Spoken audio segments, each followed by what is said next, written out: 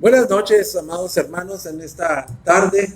Gracias al Señor por que nos permite estar aquí reunidos en esta reunión mensual de matrimonios. Ya es nuestra segunda reunión del año. Estamos en febrero.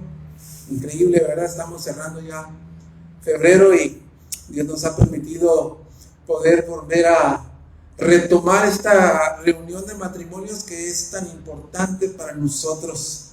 Yo creo que la mayoría de nosotros, creo yo, que hemos tratado de ser autodidácticos en este aspecto de ministrar nuestros matrimonios, de tener tiempo devocional con nuestras esposas y de alguna manera leer algún libro o X. Pero yo creo que cuando nos reunimos como iglesia, como cuerpo de Cristo, presencialmente aquí en este lugar, pues recibimos bendiciones que Dios ha preparado para nosotros y también nosotros podemos bendecirnos unos a otros, ¿verdad? Entonces para mí es un privilegio poder estarles compartiendo estos temas, hermanos. Como dije la semana pasada, el mes pasado, pues yo no califico, ¿verdad? No califico para estar aquí enfrente y estar exponiendo estos temas. No lo hago tampoco con el propósito de decir que mi relación matrimonial es una relación perfecta, sino todo lo contrario. Así como predicamos cualquier otro mensaje los domingos, también este tipo de estudios, ¿verdad? Estamos, mi esposa y yo, igual de necesitados de la gracia y del consejo de Dios para que nuestro matrimonio pueda seguir caminando, cumpliendo la voluntad del Señor. Entonces, pues en esta noche vamos a seguir con esta serie de estudios. Tengo aquí una hojita, le voy a pedir a Adolfo, por favor, si las puede repartir. Pásame la proyección, por favor, Chelo.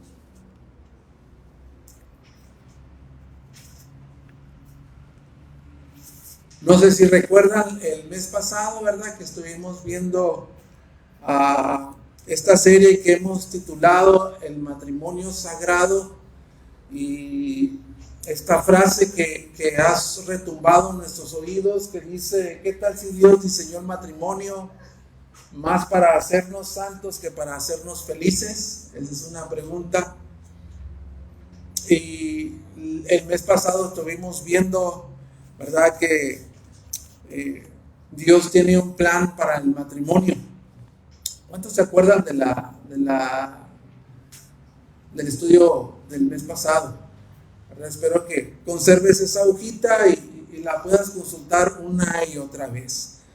Pero en esta noche, hermanos, vamos a seguir entonces con esta serie y vamos a ver la lección número 2. Dame la siguiente, Shelly, por favor.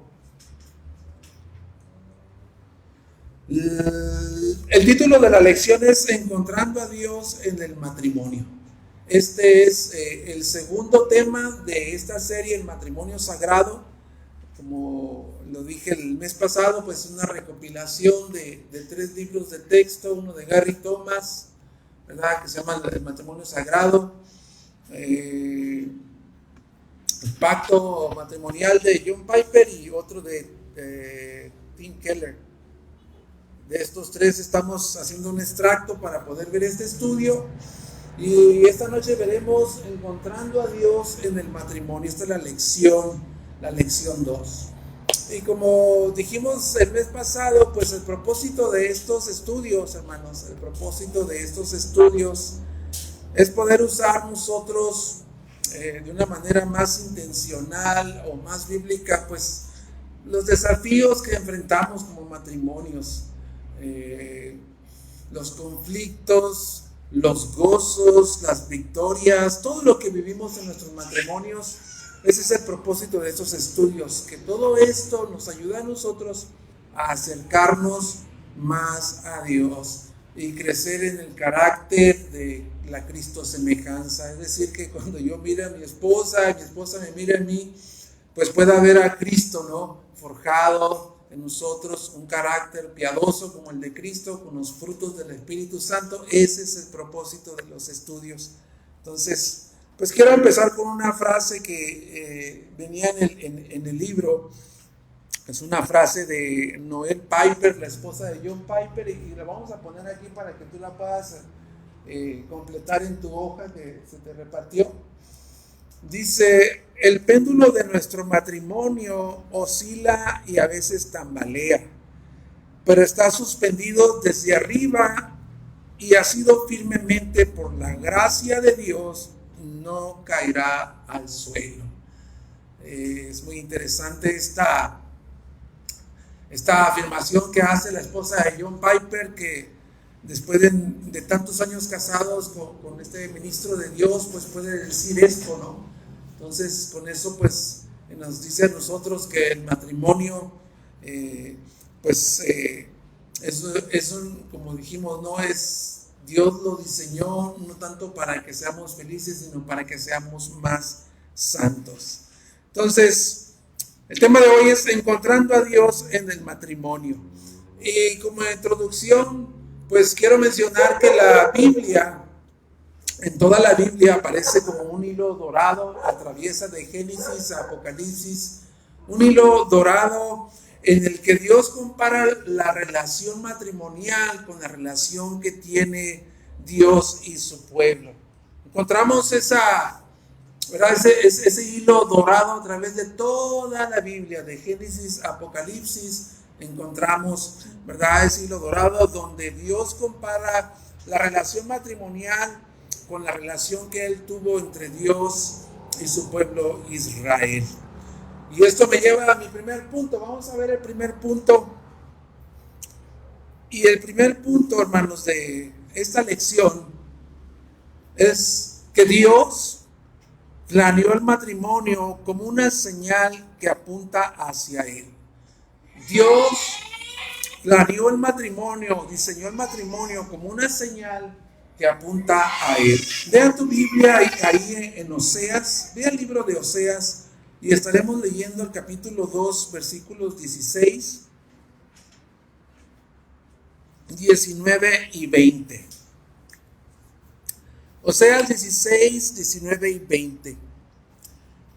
Dice: sucederá en aquel día, declara el Señor, que me llamarás Ishi, y no me llamarás más Baal. 19 y 20. Te desposaré conmigo para siempre. Sí, te desposaré conmigo en justicia y en derecho, en misericordia y en compasión. Te desposaré conmigo en fidelidad y tú conocerás al Señor.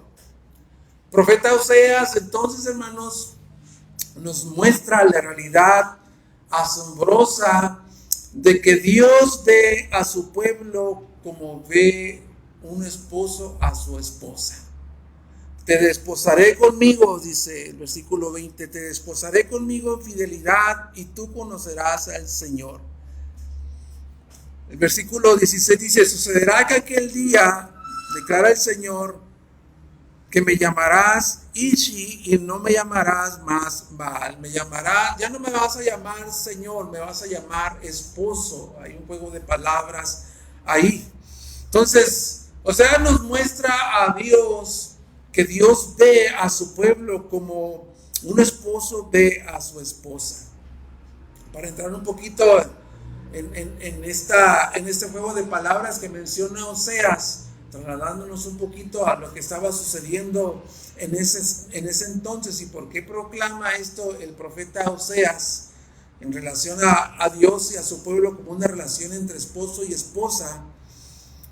Podemos ver que cuando la nación de Israel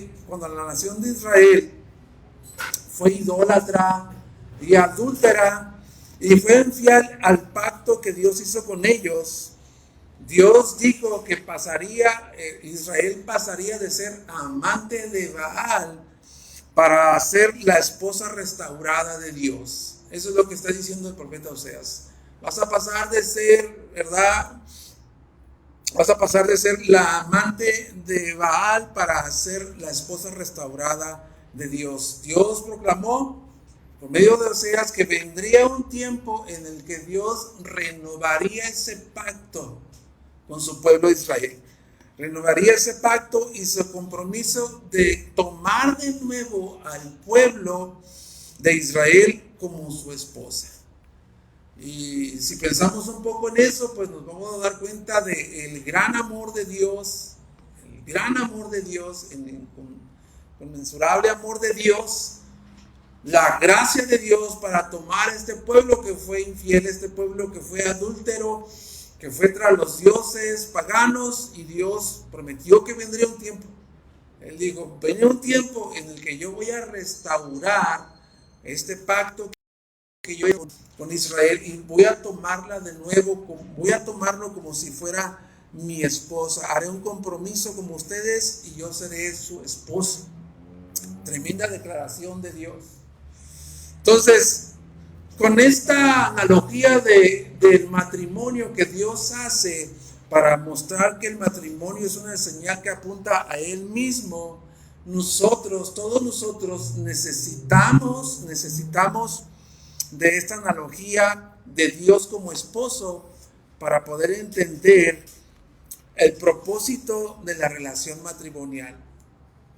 Fuera de ahí, fuera de conocer esta analogía, nosotros podríamos entender que la relación matrimonial puede ser cualquier cosa, puede tener como propósito cualquier cosa, pero el conocer esta analogía que dice Oseas nos lleva a nosotros, ¿verdad? Nos pone en el carril correcto para entender cuál es el propósito de Dios en la relación matrimonial.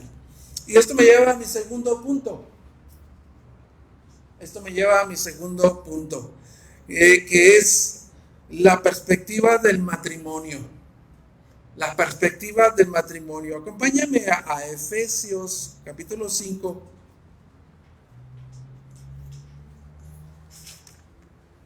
Efesios capítulo 5.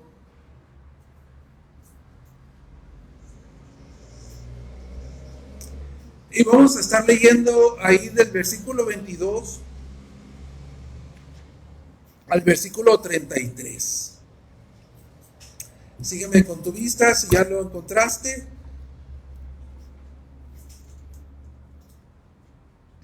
Dice, las mujeres estén sometidas a sus propios maridos como el Señor, porque el marido es cabeza de la mujer, así como Cristo es cabeza de la iglesia, siendo él mismo el Salvador del cuerpo. Pero así como la iglesia está sujeta a Cristo, también las mujeres deben estarlo a sus maridos en todo. Maridos, amen a sus mujeres, así como Cristo amó a la iglesia y se dio él mismo por ella, para santificarla, habiéndola purificado por el lavamiento del agua con la palabra, a fin de presentarla a sí mismo una iglesia en toda su gloria, sin que tenga mancha, ni arruga, ni cosa semejante, sino que fuera santa e inmaculada. Así deben también los maridos amar a sus mujeres como a sus propios cuerpos. El que ama a su mujer, a sí mismo se ama, porque nadie aborreció jamás su propio cuerpo, sino que lo sustenta y lo cuida, así como también Cristo a la iglesia, porque somos miembros de su cuerpo. Por esto el hombre dejará a su padre y a su madre y se unirá a su mujer, y los dos serán una sola carne. Grande es este misterio, pero hablo con referencia a Cristo y a la iglesia. En todo caso, cada uno de ustedes ame también a su mujer como a sí mismo, y que la mujer respete a su marido. Entonces, la perspectiva del matrimonio no solamente aparece en el Antiguo Testamento, sino también en el Nuevo Testamento.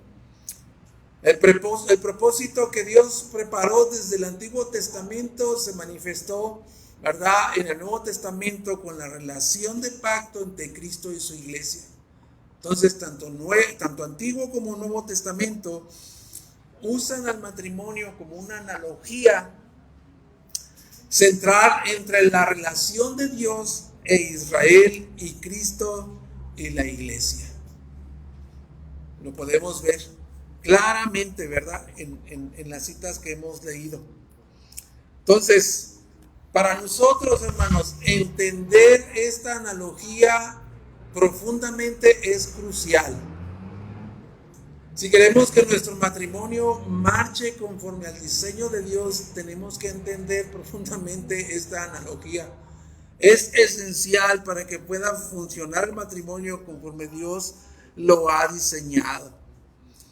Porque nos va a ayudar sobre qué está echado el fundamento, o sobre dónde está el fundamento sobre el cual está basado el matrimonio. Entonces, la perspectiva del matrimonio, yo estoy seguro que los que no conocían a Cristo, que están aquí y que ahora conocen a Cristo, hay un antes y hay un después. Antes de Cristo, estoy seguro que la relación matrimonial significaba para ti o para nosotros cualquier cosa menos lo que acabamos de leer.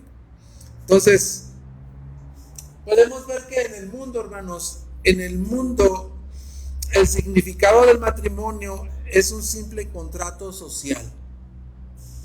Para el mundo lo maneja así.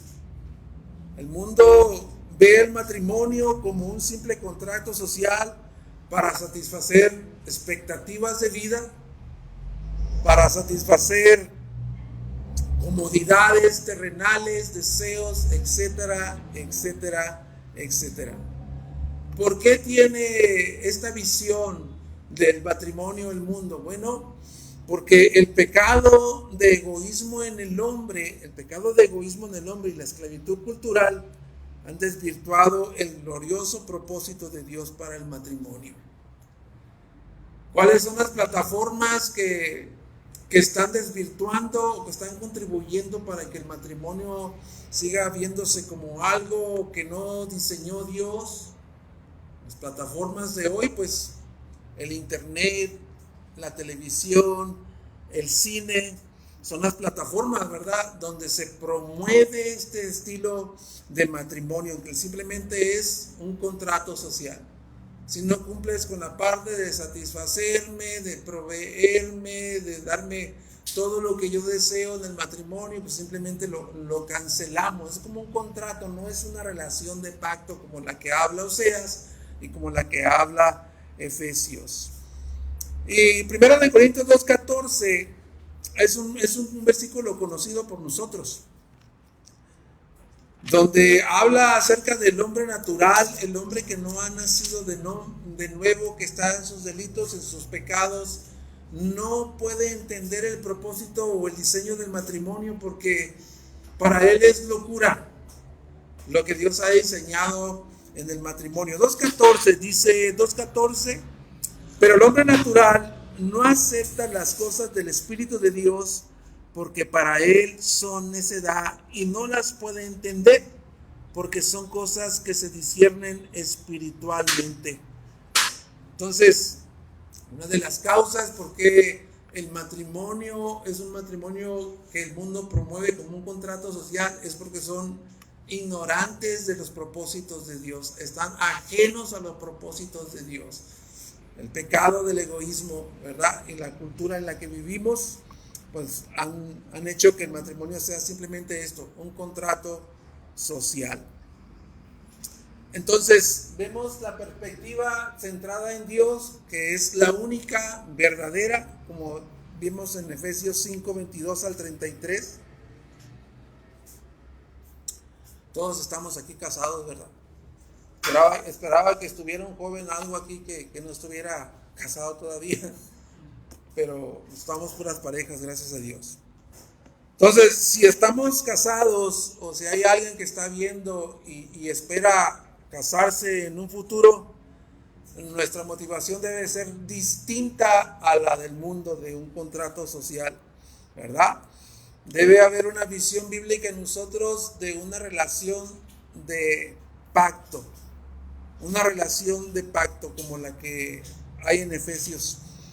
Y Pablo enseñó, hermanos, aquí en Efesios capítulo 5, Pablo enseñó que a los matrimonios que su relación debe estar basada en un amor sacrificial. todo lo que enseña la cita de Efesios 5:22 al 33, es que Pablo enseña que la relación matrimonial debe estar basada en una relación de amor sacrificial como la de Cristo a su iglesia. 5:25, de nuevo vuelve a Efesios capítulo 5, versículo 25.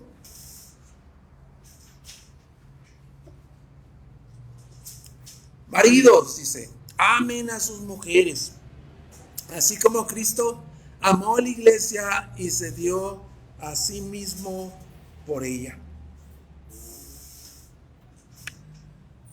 Lo que Dios dijo a través de los labios del profeta Oseas, donde dice, ya no me llamarás Ishi, ¿verdad?, ni Baal, sino que te voy a desposar conmigo, te vas a casar conmigo, yo seré tu esposo. Ese amor fiel de pacto que prometió Oseas, Dios a través del profeta Oseas, entre Dios y Israel, alcanzó su punto culminante entre la relación que Jesucristo tuvo con su iglesia al morir por ella. De esta manera debe de ser la relación matrimonial, una relación de amor de pacto, una relación de amor sacrificial. Esta frase donde dice Cristo amó a la iglesia es una frase que explota nuestras mentes. Cristo amó a la iglesia. ¿Cómo la amó? Bueno, se entregó a sí mismo por ella. Se entregó a sí mismo por ella. John Piper tiene una cita aquí, se la voy a leer. Dice, este amor fiel de pacto entre Dios e Israel alcanzó su punto culminante en la muerte de Cristo en la cruz por su iglesia. Cristo amó a la iglesia. Es la expresión suprema de la gracia de Dios. Entonces, eso nos lleva a que Pablo enseñó que el amor sacrificial entre el matrimonio debe de trascender a cualquier relación humana. El amor de cónyuge es muy diferente, ¿verdad? El amor de hijos, el amor paternal, el amor de amigos, es muy diferente. Y este tipo de relación debe ser trascendental sobre cualquier otra relación que nosotros tengamos. La relación matrimonial es vital más que todas las demás. Efesios 5, 25 al 27. Vamos a leer esos versículos.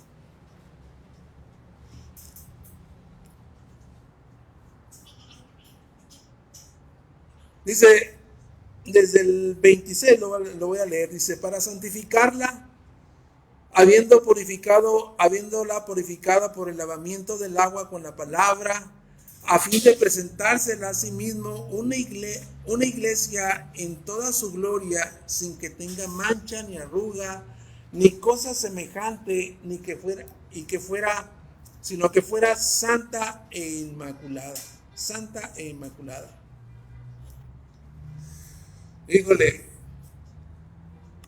yo creo que cuando tú y yo como esposos pensamos de qué manera la Biblia nos dice que debemos amar a nuestras esposas, nos desnuda a nosotros, ¿verdad? Y nos pone en nuestra verdadera condición de hombres que no tenemos la capacidad para amar de esta manera, pero debemos ser intencionales.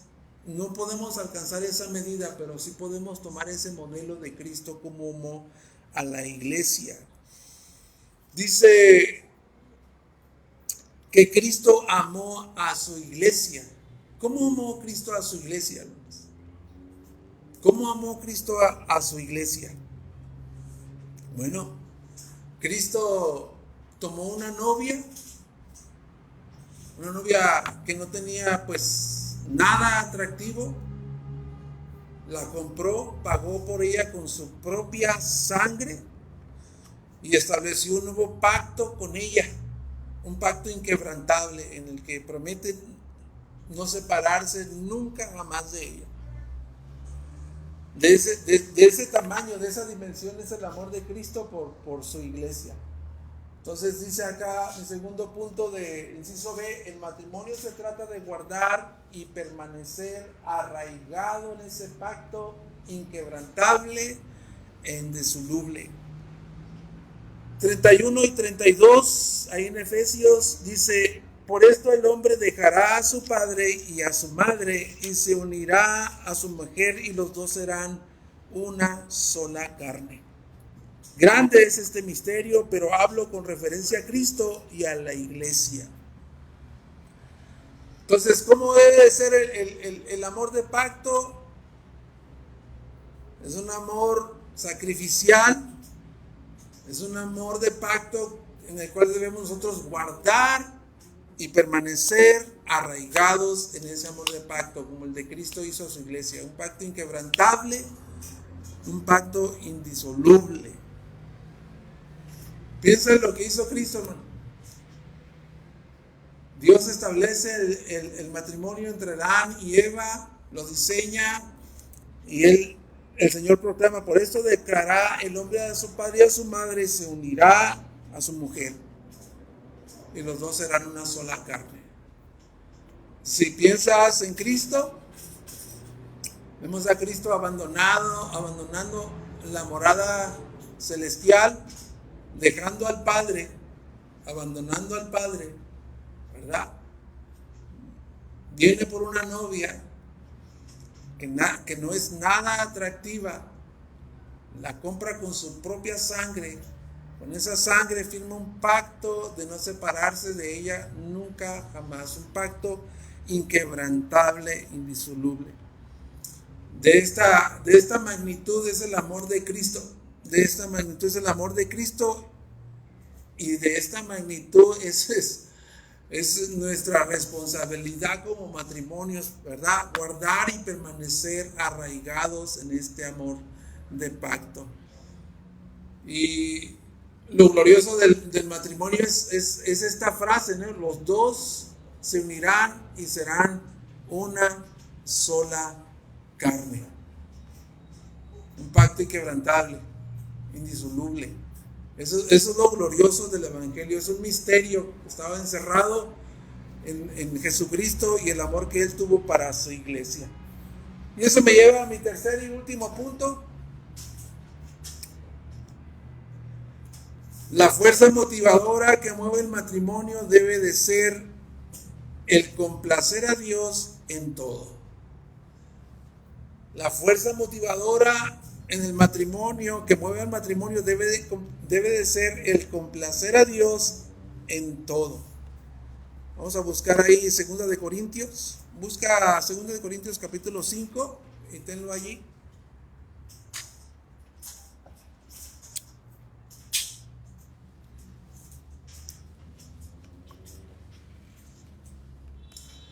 Cuando algo o alguien se convierte en la fuerza motivadora, el motor que mueve a algo o a alguien, pues esa fuerza motivadora prácticamente se convierte en esa fuerza en lo que todo lo que hacemos, las acciones y las decisiones que tomamos, las hacemos con ese propósito de alcanzar algo que nos mueve, ¿verdad? Por ejemplo, podemos decir que el que está estudiando una carrera, ¿verdad? El que está estudiando una carrera tratando de ser un profesionista, está en la universidad, estoy seguro que todos sus desvelos, toda su energía, todo su dinero, todo lo que él está apuntando a alcanzar esa carrera.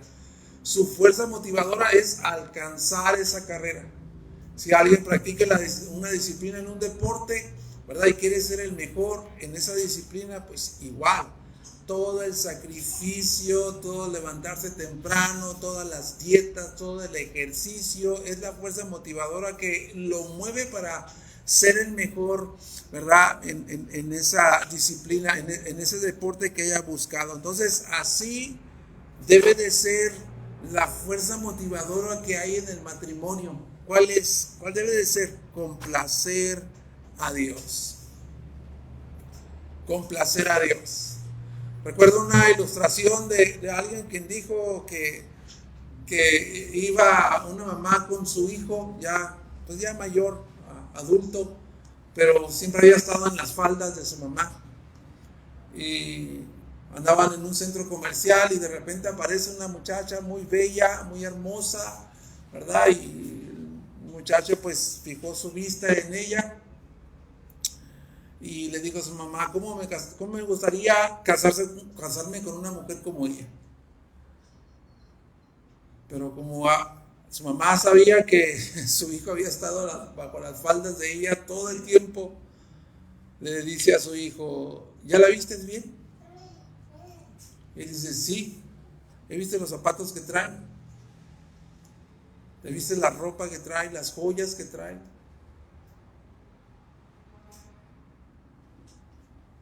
Como un dicho que dice, el que quiere azul celeste, que le cueste, ¿verdad? Tienes que trabajar mucho, tienes que trabajar mucho para poder complacer el estilo de vida que esa mujer tiene. Y dice, por esa mujer yo puedo dar todo, dijo él. La fuerza motivadora. La fuerza motivadora entonces que mueve el matrimonio debe de ser el complacer a Dios. Dice, punto inciso A, el propósito del matrimonio, más allá de la felicidad, la relación íntima, la crianza de hijos, el compañerismo, los cuidados mutuos o cualquier otra cosa, es agradar a Dios, complacer a Dios.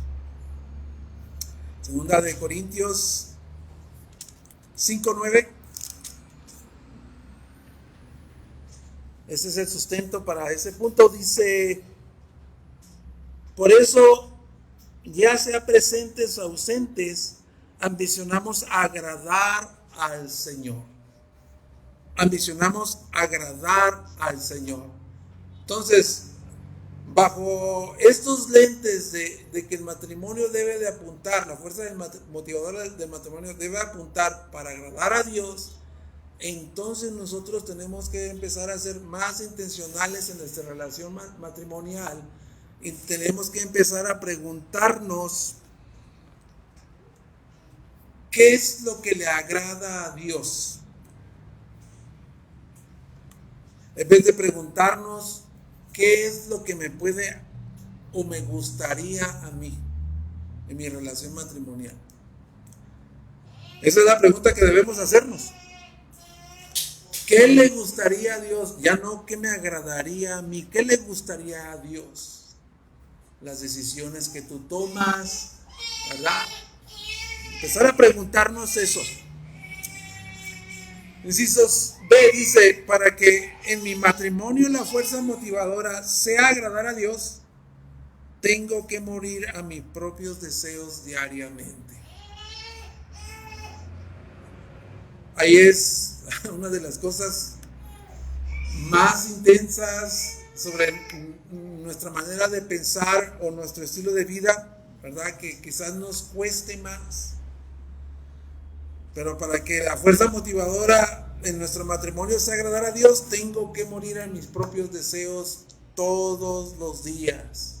Todos los días. Segunda de Corintios 5, 14 y 15 dice, pues el amor de Cristo nos apremia, habiendo llegado a esta conclusión, que uno murió por todos y por consiguiente todos murieron. Y por todos murió para que los que viven ya no vivan para sí, sino para aquel que murió y resucitó por ellos. Entonces, el versículo nos enseña que nuestras vidas deben de apuntar para vivir por aquel que murió por nosotros. ¿Qué nos va a mover a vivir de esta manera? El amor de Cristo. Nos apremia, nos pone en estrecho, nos pone en un riel. Cada vez que el amor de Cristo se manifiesta en nosotros a través de la palabra de Dios, conocemos cuál fue el sacrificio de Cristo, amarme a mí, salvarme, perdonarme, liberarme. Todo esto que dice la palabra de Dios que hizo Cristo, mueve mi corazón para que yo viva para Cristo, para que deje de empezar a vivir para mí y vivir para Cristo. De esta misma manera, ¿verdad? Nosotros, si queremos que la fuerza motivadora de nuestro matrimonio, ¿verdad?, sea agradar a Dios, tengo que morir diariamente. Y ya no vivir para mí, vivir para Cristo. Y preguntarle a Dios, ¿qué es lo que te agradaría a ti? En vez de lo que me gustaría a mí en mi relación matrimonial. ¿Qué es lo que te agradaría a ti, Dios? ¿Qué decisión tomar? ¿Cómo hacer que la crianza de mis hijos sea una crianza en la que sea de tu agrado? ¿Cómo hacer que la comunicación entre mi esposa y yo pueda ser algo de tu agrado? Eso es lo que tenemos que hacer. No tenemos otra opción. No tenemos otra opción más que morir diariamente. Crucificar, ¿verdad? Crucificar cada acción, cada decisión que busque nuestro beneficio personal en nuestra relación matrimonial. Y esto va a requerir, hermanos, que tú y yo miremos a nuestra esposa o a nuestro esposo como Dios la ve. Requiere ponernos los anteojos de Dios, ver a nuestra esposa como Dios la ve. Y si yo veo a mi esposo y a mi esposa como Dios la ve, entonces yo voy a empezar a trabajar para construir ese tipo de relación. Que todo lo que hagamos agrade a Dios. ¿Cómo vamos a agradar a Dios? Pues una relación que modele el amor, el perdón y el sacrificio, ¿verdad? Eso es lo que podemos hacer. Y por último, dice, cuando hay conflictos matrimoniales sin resolver bíblicamente, quizás es porque un cónyuge o tal vez los dos han dejado de poner a Dios en primer lugar o han dejado de vivir por el principio de agradar a Dios en todo. No hay vuelta de hoja, ¿verdad? No, esos son los dos lados de la moneda. Si hay conflictos, ¿verdad?, que todavía no pueden ser resueltos en nuestra relación matrimonial, que no se han resuelto bíblicamente, quizás es porque uno o tal vez los dos hemos dejado de vivir bajo este principio de agradar a Dios en todo o de poner a Dios en el primer lugar. Por ahí creo que va el asunto para resolver pues conflictos. ¿Y quién no tiene conflictos, hermanos, en la relación matrimonial? Estamos casados, ¿verdad? Mi esposa es una criatura caída, yo soy un pecador imperfecto, ¿verdad? Con muchas imperfecciones, y lo más seguro es que cuando dos personas de este tipo, caídas, imperfectas, pecadoras, se reúnen para vivir el resto de sus vidas, habrá conflictos.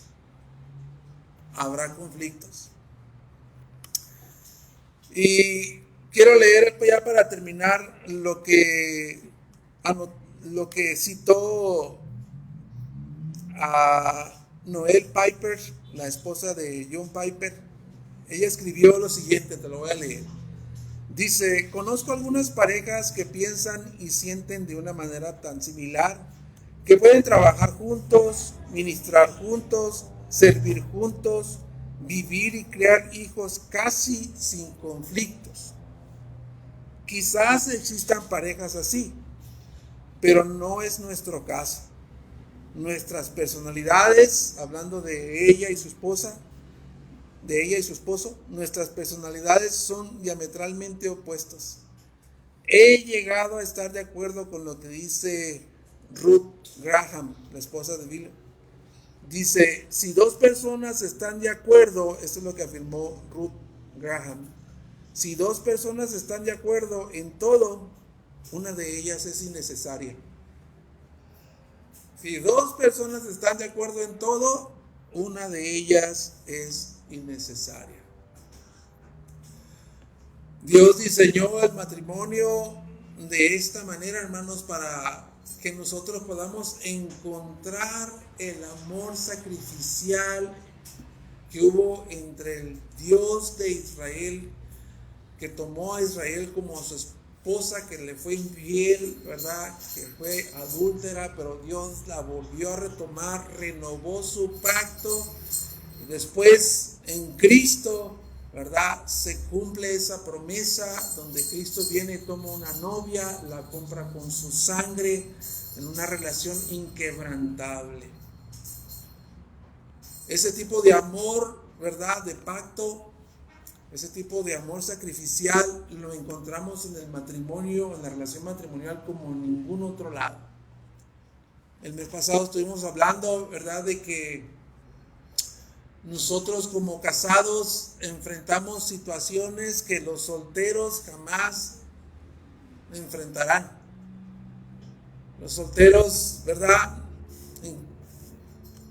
Encuentran situaciones en sus vidas en las que no tienen que hacer pues un gran esfuerzo para cambiar su carácter, ¿verdad?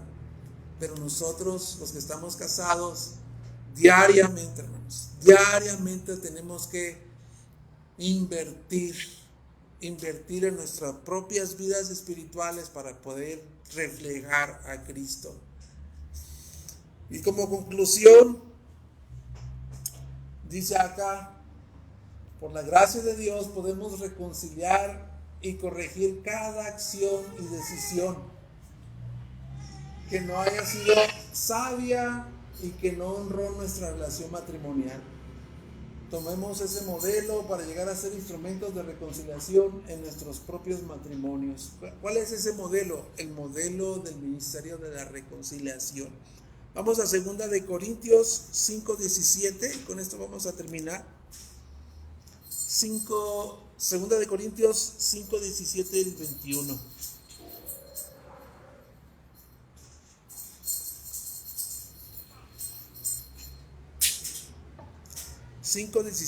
al 21.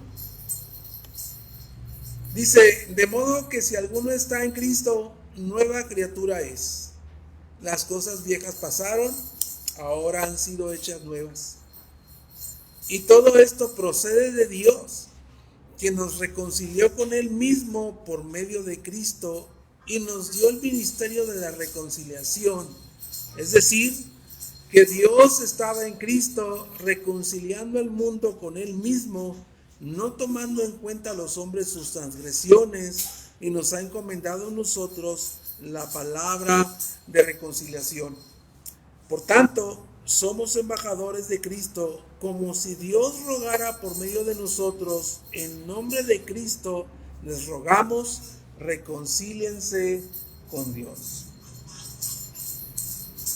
Dios nos ha dotado de este regalo tan hermoso, hermanos, de este regalo tan hermoso de la reconciliación, el cual podemos hacer uso nosotros, del que habla Pablo. Nos ha sido dado el ministerio de la reconciliación, ¿verdad?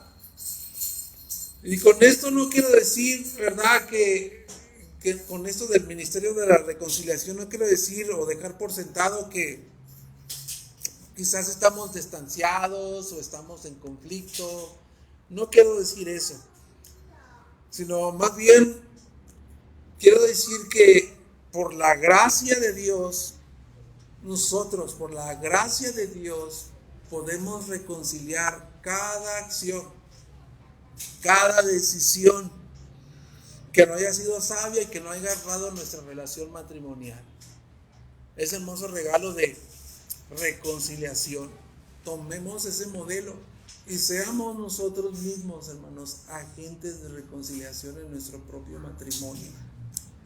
Entonces, el matrimonio, ¿verdad?, sagrado, el matrimonio fue diseñado para encontrar a Dios de una manera más intensa, encontrar el amor de Dios y conocer ese amor sacrificial, ese amor de pacto, esa relación inquebrantable, indisoluble.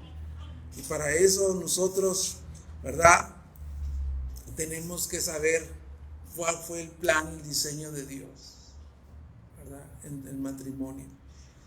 Vamos a orar, hermanos, para terminar. Vamos a orar para terminar. Y ahí donde tú estás, yo voy a pedirte que ores por tu pareja, ¿verdad? Mutuamente, oren uno por el otro. Vamos orando uno por el otro. Oremos, hermanos. Padre, te damos gracias en esta noche. Gracias por tu palabra, Señor. Gracias, Señor, porque tú nos das este maravilloso ejemplo, Señor, en las Escrituras. Y abres tu corazón, Señor, a nosotros para mostrarnos la dimensión de tu amor, Padre. Amor de pacto, amor sacrificial, como el que tuvo Dios con Israel. Gracias, Señor, porque entendemos que solo por tu gracia, Señor, solo por tu gracia, Señor, tú renovaste este pacto que hiciste con tu pueblo Israel. La consumación de ese pacto fue a través de la vida de Cristo, derramando su sangre preciosa para comprar su novia, su iglesia, amándola de una manera sacrificial. Ayúdanos a nosotros, Señor,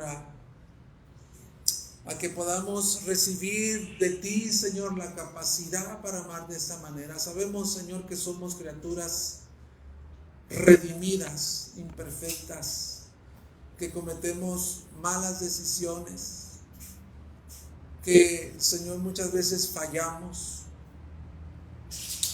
pero, Señor, entendemos que tu palabra dice, Señor, que nos has dado un ministerio que es el de la reconciliación. Ayúdanos, Padre, a que nosotros podamos tomar este modelo en nuestra relación matrimonial, Señor, y saber, Padre, que fallaremos. Yo como esposo fallaré, mi esposa como mi pareja también fallará, pero tú nos has dado ese hermoso regalo de la reconciliación, Señor.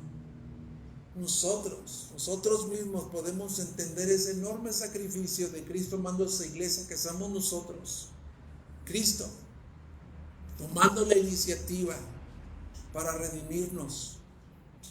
Él nos amó a nosotros siendo sus enemigos, nos amó siendo sus adversarios.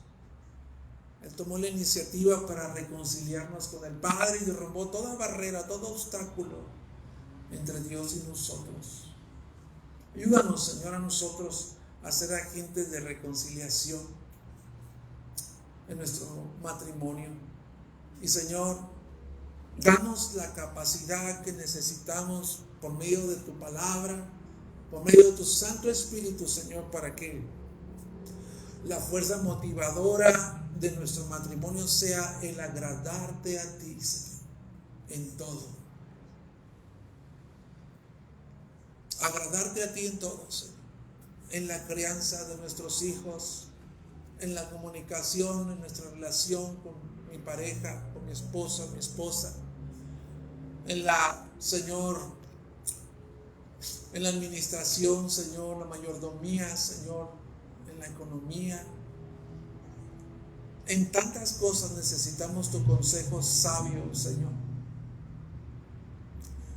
Ayúdanos, Señor, a que podamos crucificar, Padre, cada acción y cada decisión que busque nuestro beneficio personal. Ayúdanos, Señor, a que podamos amar de esta manera, Señor.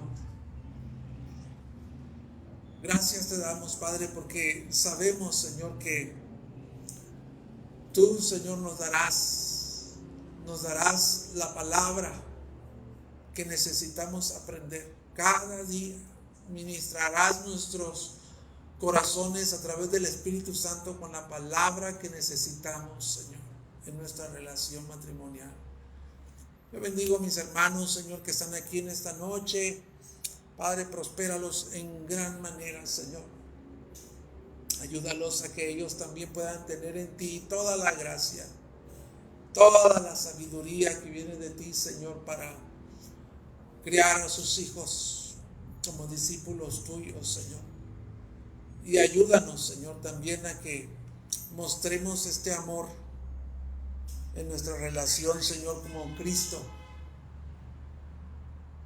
Sabemos, Señor, que ese es el propósito, Señor. Que el matrimonio pueda exhibir la relación entre Cristo y su iglesia, Señor. Si no lo hacemos, Señor, estamos distorsionando ese tipo de relación entre Cristo y su iglesia, Señor. Perdónanos también, Señor, porque muchas veces, Padre, nos hemos equivocado. Perdónanos porque muchas veces no hemos tomado decisiones, Señor, que te honren en nuestro matrimonio. Gracias, Padre, porque tú nos conducirás, tú nos llevarás en nuestros matrimonios a ser consolidados, afirmados cada día, Señor. Sabemos que tu palabra dice que tú iniciaste una buena obra en nosotros y la estás perfeccionando, la estás consolidando. Así que te entrego a mi esposa, Señor. Te entrego a mi esposa, me entrego a mí mismo, Señor, para que forjes a Cristo en mí. Forja el carácter de Cristo en mí. Produce lo que yo no puedo producir, Señor. Y ayúdame a amar de esta manera, sacrificialmente. Y a honrar, Señor. A honrar, Señor, como tú, esta relación, Señor, inquebrantable. Te lo pedimos, Señor, en el nombre de Cristo Jesús. Amén. Bueno, terminamos, hermanos, y pues el Señor les bendiga. Por ahí está preparado algo de café y pueden pasar ahí a tomar un cafecito, hermanos.